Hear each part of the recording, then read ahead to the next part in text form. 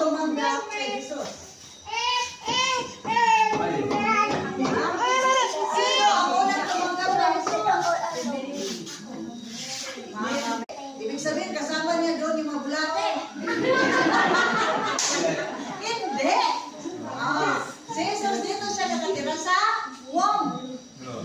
Kapag sabihin kasi natin tiyan, so ibig sabihin, pati mga lalaki may tiyan.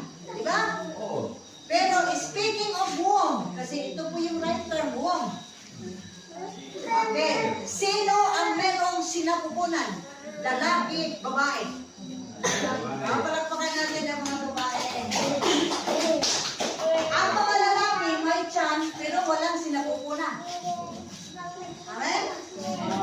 So, kaya nga, ang mga babae na merong sinapupunan, ayan, it reminds us na ang unang pagdating ni Jesus, siya ay nakatira sa sinapupunan. Okay? Mula sa sinapupunan ng Inang Maria, nagtagal siya ng siyam na buwan. Okay? Ito po yung unang pagdating nating Panginoong Diyos.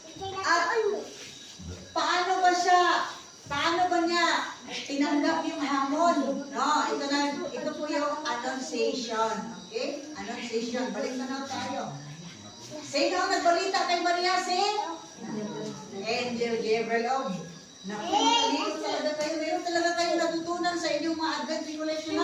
So si Angel Gabriel, ang siyang nagbalita kay Mother Mary, at ang kanyang balita nanggaling sa Panginoon ating Diyos Ama. So ibig sabihin, ang binilita natin niya, anghel na si Gabriel ay galing sa Panginoong Diyos ang balita na yon. At ang balita na yon, mga kapatid, ito yung tinatawag natin good news. Amen? Hindi bad news. Okay? Okay. Good news na balita po ito. At itong balita na good news, mga kapatid, ito yung plano ng Diyos sa kasaysayan